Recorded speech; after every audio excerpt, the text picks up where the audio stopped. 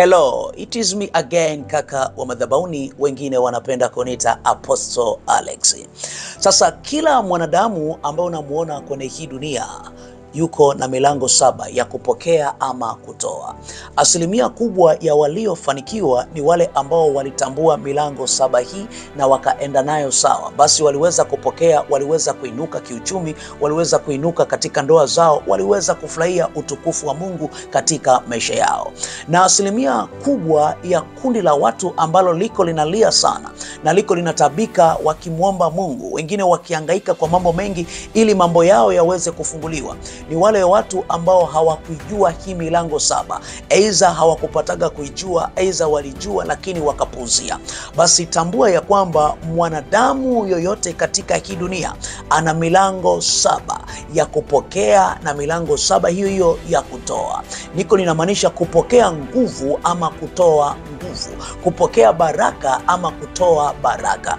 Ukienda kinyume cha hii milango ambayo Mungu ameiweka kwenye maisha yako, basi amini unaenda kupoteza kile ulichonacho. Lakini ukienda sawa kwenye hii milango 7, basi amini ya kwamba kile ambacho uko nacho kitaongezewa na utainuka kiuchumi, utainuka kindoa, basi utakuwa ni mtu wa kufurahia maisha yako. Sasa tutaenda kuanza na mlango wa kwanza, ambao huu mlango unamfanya mtu apokee ama unamfanya mtu atoe. Basi mlango wa kwanza tunaweza tukaita mahali hapa. Hapa unakuta mtoto anapozaliwa panakuwa panapwita, panadunda namna hii, panakuwa pako pananesa. Sijui niite kwa Kiswahili fasaha kipi, lakini mlango wa kwanza mahali hapa. Huu ni mlango ambao kila mwanadamu ambao unamuona kwenye hii dunia yuko nao. Na kama huu mlango yuko nao, basi amini kwamba huyu mtu ana uwezo mahali hapa kupokea ama kutoa. Kwa mfano mzuri, kila ibada ambayo ipo duniani hapa, basi utakuta ipo na ishara ya kuweka mikono juu ya vichwa vya watu. Sasa unaweza ukawa unajiuliza swali moja, kuwekwa mikono juu ya kichwa cha watu ukawa unachukulia ni simple sana. Nataka nikwambie mtu wa Mungu, unapowekewa mkono mahali hapa, kwa hiyo kuna kitu una uwezo wa kupokea ama kuna kitu una uwezo wa kutoa ulichonacho. Na hii ndio maana huwa ninapenda kuambia watu wengi sana, usipende kukurupuka kuingia kila kanisa na kila mtumishi kukuwekea mkono. Si kila mtu anayesema Yesu, my dear, ni wa Yesu. Wengine sio wa Yesu, bali wamekuja katika dunia kupoteza vipawa vya watu. Ndio maana unakuta toka ulipowekewaga mkono ukabaki unajuta sana na kusema, Mungu uko wapi? Mbona Mungu sikuoni? Si kila mtu anayeweka mkono katika kichwa chako utapokea, bali kuna wengine utapoteza kile ulichonacho. Ninaposoma maandiko matakatifu, Matendo ya Mitume 8:17, basi Petro na Yohana wakawawekea mikono hao waumini, nao wakapokea Roho Mtakatifu. Sikiliza, inasema Petro na Yohana wakawawekea mikono wale waumini, na wale waumini wakapokea Roho Mtakatifu. Walipowekewa mikono, nao wakapokea nini? Roho Mtakatifu.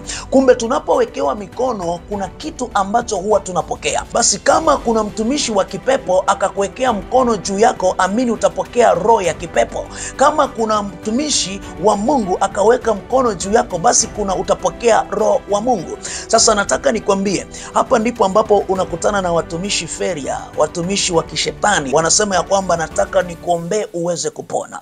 Sasa watumishi wengi sana wa kipepo wako na miungu yao, na miungu wao anaitwa Raba Kalonze. Amen. Mungu wake anaitwa Kalonze. Sasa huyu Mungu Kalonze anataka ampandikize ndani yako kutuliza lile tatizo ambalo liko ndani yako. Basi wewe umemwamini huyu mtumishi, ana nguvu ya Mungu, anaweza akanisaidia. Hapa ndipo wengi sana wamepotezwa kwa lugha za kunena. Wanajua mtumishi huyu ananena kwa lugha sana, huyu mtumishi akinenaga kwa lugha naweza nikapokea. Kumbe Mungu wake anaitwa Kalonze. Je, atatumia mbinu zipi kumwingiza Mungu Kalonze kwenye maisha yako ama ndani yako kupoteza lamani ya maisha yako? Kumbuka una matatizo, ulipoenda kwa huyu mtumishi akaweka mkono juu yako, akaanza kuomba kwa Kiswahili, nasema Yesu, ninamwombea mtu huyu Raba shataina. Mungu ninasema nenda kamsaidie. Ninakuita Karonze Lakaya na Luza Nekana Palakasika, ingia ndani ya mtu huyu Rataina Zuluya. Sijui ananena, kumbuka amesema ninakuita Karonze Lakaina. Sijui unanielewa? Sasa huyu Karonze Lakaina ndio Mungu ambaye yeye anamtumia. Sasa anapoweka mkono juu yako, yule Karonze Kaina anaingia kwenye mwili wako, anaanza kutenda mambo mle ndani, anatuliza labda pepo wadogo, alafu Karonze anakaa. Ndio maana baada ya kuombewa na hawa watumishi bandia, ndipo ambapo matatizo yakazidi kwenye maisha yako, ukasikiaga nafuu kwa sababu yule Karonze ametuliza. Alipopata kutuliza yale matatizo yako madogo, baada ya miezi miwili ama mitatu unakuta matatizo yanalipuka kwa ukubwa sana. Ni kwa nini? Uliwekewa mkono na mtu aliyofeki. Mfano mdogo ni huu hapa ambao tunaweza tukauzungumza tu. Siku zote nafsi ama roho ya mtu huwa haiongei uongo. Endapo ni roho ya Mungu, hakunaga hiyo roho ya kuongea uongo. Sasa roho ambayo iko ndani yetu hijawahi kukubali uongo. Ndio maana unaweza ukamshuhudia mtu uongo, lakini ile roho ikakusuta. Mbona unashuhudia uongo? Mbona unaongea uongo? Ikawa iko inakusuta.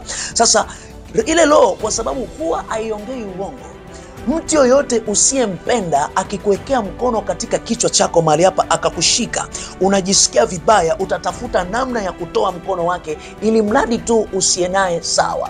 Kwa nini utatoa mkono wake ili mradi usiwe naye sawa? Ni kwa sababu roho yako haijampenda huyu mtu. Unaweza ukajichekesha sana mtu, ukacheka sana, lakini roho yako isipomfurahia mtu, akigusa tu kichwa, unakuta tu kundani kumebadilika ghafla, unakuwa kama na hasira, kwa maana roho haitaki kupokea kile kitu alichonacho yeye. Sasa ninaweza kukuuliza swali langu dogo tu, mpaka hapo umewekewa mikono na watu wangapi? Kuna saa nyingine unaweza ukawa unamlaumu Mungu, unasema Mungu, mbona hautendi kwenye maisha yangu? Nimekuita sana Mungu, mbona sioni chochote katika maisha yangu? Mungu, nini ambacho nimekukosea? My dear, punguza kuwekewa mikono. Sio kila atayeweka mkono juu yako utapokea neema. Kuna wengine wakiweka mikono juu yako unapokea ujinga, unapokea roho, unapokea maroho ya kukataliwa, unapokea maroho ya uzinzi, unapokea maroho ya ajabu. Toka ulipowekewa mikono ndio mambo yakaanza kuharibika, biashara ikaanza kufeli, chochote ambacho unakifanya unakuta akionekaniki. Sasa unabaki kusema Mungu, ni nini ambacho nimetenda mimi? Ni nini ambacho Mungu kimeonekana? Na wakakwambia toa sadaka. Ina maana ulipokea roho, ukainunua ile roho na ukatoa sadaka ambayo iko inauma kwenye maisha yako. Na hiyo ndio sababu umekuta ukiishi maisha magumu, ukiishi maisha ya mateso na kusema Mungu hayupo. Ni kweli kauli yako inaweza ikasadiki Mungu hayupo, ni kwa sababu ulipokea Mungu wa kigeni katika mwili wako, ama katika mlango wa kwanza utambulikanao utosi, ukapokea Mungu wa kigeni. Nataka nikwambie mtu wa Mungu, shida ikikuongoza kwenye maisha yako utakuwa kama mlevi. Mlevi siku zote ataposikia baa mpya imefunguliwa, basi utamkuta mlevi amepapatika, yani anazunguka. Mwanangu, kuna baa mpya iko sijui Manzese, ataingia Manzese. Oya, kuna baa mpya nimesikia iko Kinondoni, ataenda Kinondoni. Kuna baa mpya nimesikia iko Gongo la Mboto, ataenda Gongo la Mboto. Kwa hiyo huyu mtu atakuwa ni mtu wa kuzunguka sana kutafuta, yani baa, anazunguka sana kutafuta baa. Ndio furaha ya mlevi. Na hii ndio imesababisha walokole wengi sana wanajiita walokole, lakini mimi nasemaga hawa sio walokole, ni sawasawa na misukule.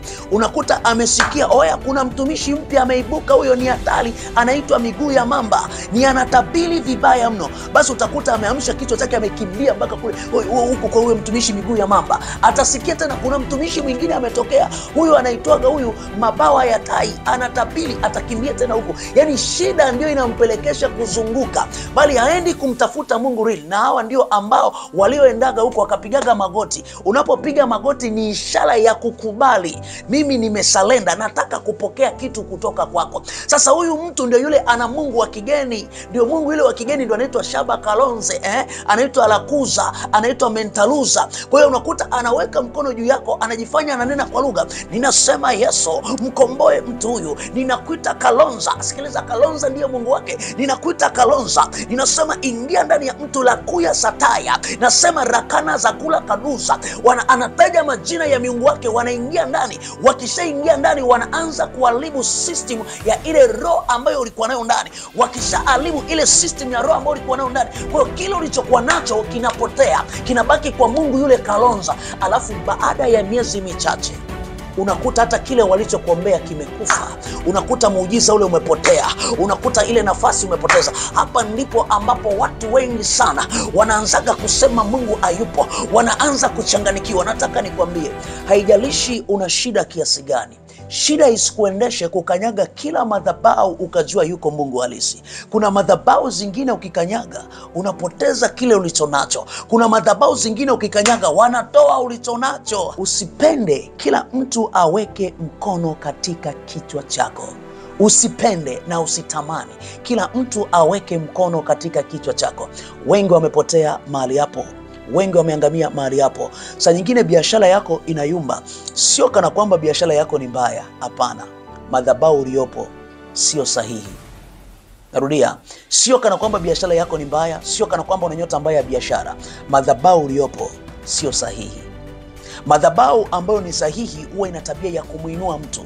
Amen, ina tabia ya kumuinua mtu. Sasa pawa ambayo unawekewa sio pawa sahihi ya kiungu, na hiyo ndio maana kila unachofanya kinashindikana. Nisikilize binti yangu mzuri ambaye uko unanitazama mahali hapa. Ni kweli kabisa uko unahangaika sana kutafuta mwanaume. Kutafuta mwanaume isikuchanganye ikawa inakuongoza kuzurula kila makanisa, kila sehemu ukizunguka kwa ajili ya kutafuta mwanaume. Na hii ndio sababu unakuta ulihangaika kutafuta mwanaume ukawekea mikono juu, walipoweka mikono nao wakaomba. Sasa huyu mtumishi ambaye anakuombea, ndani yake kuna pawa ya uzinzi, ndani yake kuna pawa ya ukahaba, ndani yake kuna pawa tofauti ambayo na wewe ambao unaitaka. Sasa ameweka mkono juu yako, amekuombea. Unafikiri utaadapt nini? Utapokea nini? Utapokea kile kitu alichonacho. Na ukipokea kile alichonacho utakuta tu mpogo kwenye hilo kanisa kama mazuzu. Yani mmekaaga tumo kama mazuzu. Yani ni miaka mitatu. Sikiliza, wengi wanasemaga Mungu hujibu kwa wakati wake. Mungu ni Alpha and Omega, yani mwanzo wake na mwisho wake hauonekaniki. Alafu useme Mungu atajibu kwa wakati wake. My dear, uta lose your time. Mahali ulipo sio sahihi. Unapoona mafanikio yoyote ya mtu yoyote katika dunia hii, yanaanzaga na baba yake wa kiroho. Baba yake wa kiroho, nani yuko mbele? Ukienda kule kwa mganga, yanaanzaga na mganga wake wa kiroho, nani yuko mbele? Sikiliza nikwambie, kuna saa nyingine kabla ya shida yako kukupelekesha, stop kwanza. Alafu kisha stop, mtafakari Mungu, mwambie Mungu, nionyeshe njia sahihi ni ipi, maana nimechoka kupita katika mapito haya, nimechoka kuishi katika njia hii. Mungu, ninaomba unionyeshe. Mungu atakuonesha wapi ukanyage. Tumekuwa tukijiconnect na madhabahu mbalimbali, tumekuwa tukijiconnect na watumishi mbalimbali. Sijui amekuja mtumishi mpya kanisani, nataka watu niwaombe, basi kwa sababu ya shida yako uko mbele pale umepiga magoti, nimekubali. Anapandikiza lilo, ujui mtu katoka wapi, ujui mtu ana miungu gani, ujui mtu yuko vipi, wewe umepiga tu magoti, ishara ya kusalenda, niko tayari kupokea ulichonacho. Anapandikiza lilo libaya. Ndio maana wengine baada ya kuombewa ndio mkaanza kuota mindoto mibaya. Alafu unasema yani mtumishi siku hizi naota ndoto mbaya, ninakimbizwa, ninafanya hizi mtumishi baada ya kuwekewa mkono. Lakini hapo nyuma wakati hujawekewa mkono ulikuwa wote ndoto mbaya. Lakini ulipowekewaga tu mkono tu ndio matatizo ya kuota mandoto mabaya, kuota huko kijijini kwenu yakazalishwa, yakaanzia pale. Nisikilize mtu wa Mungu, usikurupuke kuwekewa mikono na watu usiowajua. Mahali hapa ni mlango wa kupokea, ni mlango wa kutoa. Sio kila atayeweka mkono juu yako utapokea. Kuna mwingine akiweka mkono juu yako anaua kile kitu ambacho kiko ndani yako. Utabaki kusema Mungu hayupo, utabaki kusema mbona nimeombewa sana lakini sijaona mpango wa Mungu, sijaona mpango wa Mungu juu yangu. Maidia, kulikuwa kuna mpango wa Mungu wa kigeni, ndio maana waliweka mkono juu yako na wewe ukapokea. Sikiliza nikwambie, tuliza moyo. Shida yako haikuui. Shida ulionayo haiwezi kukuangamiza. Shida ulionayo haiwezi kukupoteza. Shida ulionayo haiwezi kukudhuru mpaka ukafa. No, lakini hiyo shida inaweza ikakudhuru mpaka ukafa kama ikikuongoza. Nisikilize, maisha ambayo tunaishi ni kama game. Ni kama game. Kuna nguvu mbili ambazo tuko tunashindana. kuna nguvu ya Mungu, kuna nguvu ya shetani, kuna nuru, kuna giza. Kwa tuko tunashindana. Kwa yule ambaye anashinda juu yako ndio ataikuwa mtawala kwenye maisha yako. Nataka nikwambie, unaposhinda wewe, basi wewe utayatawala matatizo yako. Lakini matatizo yako yakishinda yatakutawala kwenye maisha yako mpaka utajuta. Utasema Mungu hayupo, kwa sababu umeyapa nafasi. Yakikutawala yatakuongoza. Yakisema twende shimoni, utaenda shimoni. Yakisema nyanyuka, utanyanyuka. Yakisema twende kwa nabii miguu ya popo, utaenda kwa nabii miguu ya popo. Twende kwa nabii miguu ya simba, utaenda kwa nabii miguu ya simba. Yani utakuta huko ukizunguka, kwa sababu matatizo yanakuongoza. Na matatizo hayajawahi mpeleka mtu katika njia salama, ila wewe ndio uko una uwezo wa kupeleka matatizo yako ukaona mlango katika njia salama. Sasa kwa nini wengi tumefeli? Matatizo yalituongoza. Ndio maana tulinyenyekea, tukapiga magoti, tukawekewa mikono, tukajua tunafunguliwa. Lakini na wao hawakuwa waaminifu, wakapanda maroho ya ajabu ndani yetu. Unapowekewa mkono juu, unawekewa na nani? Nani ambaye anaweka ndani yako? Sikiliza nikwambie vizuri. Ninaposoma maandiko matakatifu katika Timotheo wa pili 1:6, maandiko matakatifu yanapata kuniambia namna hii. Inasema, kwa sababu hiyo na kukumbusha, uichochee karama ya Mungu iliyo ndani yako kwa kuwekewa mikono yangu. Anasema, kwa sababu hiyo ninakukumbusha, uichochee karama iliyoko ndani yako kwa kuwekewa mikono yangu, mikono ya Mungu. Sasa tunapozungumza kuhusu mkono wa Mungu, tunazungumza kwa wale watu ambao wameteuliwa na Mungu kuweka mikono juu yako. Sasa nikimaanisha kama kuna mikono ya Mungu, basi kuna mikono ya shetani. Kumbe sio kila mtu ambaye ataweka mkono juu yako ni mkono wa Mungu. Sasa kama karama inachochewa ndani kwa kuwekewa mikono, ina maana kumbe karama inaweza ikauliwa ndani yako kwa kuwekewa mikono. Na hii ndio maana niko ninakwambia, chunguza sana nani anaweka mikono juu yako. Maana si kila anayeweka mikono juu yako anakuja kuichochea ile karama iliyoko ndani yako, bali kuna mtu mwingine ataweka mkono juu yako, lakini anakuja kuua, kuidhoofisha ile karama. Na hii ndio maana nikakwambia, kuna watu baada ya kuwekewa mikono, nao walipata kupoteza kile walichonacho, nao walipata kupoteza ndoa zao, nao walipata kupoteza nafasi zao. Ndio maana nataka nikwambie, mtu wa Mungu, chunga sana mlango wa hapa juu. Maana si kila mtu ambaye anaweka mikono kwenye maisha yetu, my dear, anakuja kuchochea karama iliyoko ndani yetu. Kuna wengine wanakuja kuweka mikono juu yetu, bali wamekuja kuharibu kile ambacho kiko ndani yetu. Sikiliza vizuri. Sijui kama uko unanielewa, mtu wa Mungu. Chunga sana, angalia nani anaweka mkono juu yako. Saa nyingine tumepoteza vitu ambavyo Mungu alitupatia, sio kwa sababu hatuombi, sio kwa sababu hatuneni kwa lugha, si kwa sababu hatumtafuti Mungu, ila tulipenda kuwekewa mikono na kila mtu. Tukisikia mtumishi ametoka wapi, sisi tunapiga magoti, tunawekewa mikono. Sijui katoka. Maidia, chunga sana. Si kila anayeweka mkono juu yako ni mtu ameteuliwa na Mungu. Kuna wengine wanaweka mikono juu yako ili wachukue kitu ambacho kiko ndani yako. Ninaposoma maandiko matakatifu, Timotheo wa kwanza 4:14, maandiko matakatifu yanapata kuniambia namna hii. Inasema, usiache kuitumia karama ile iliyomo ndani yako, uliopewa unabii na kuwekewa mikono na wazee. Ninapozungumza wazee, ninazungumza wale waaminio.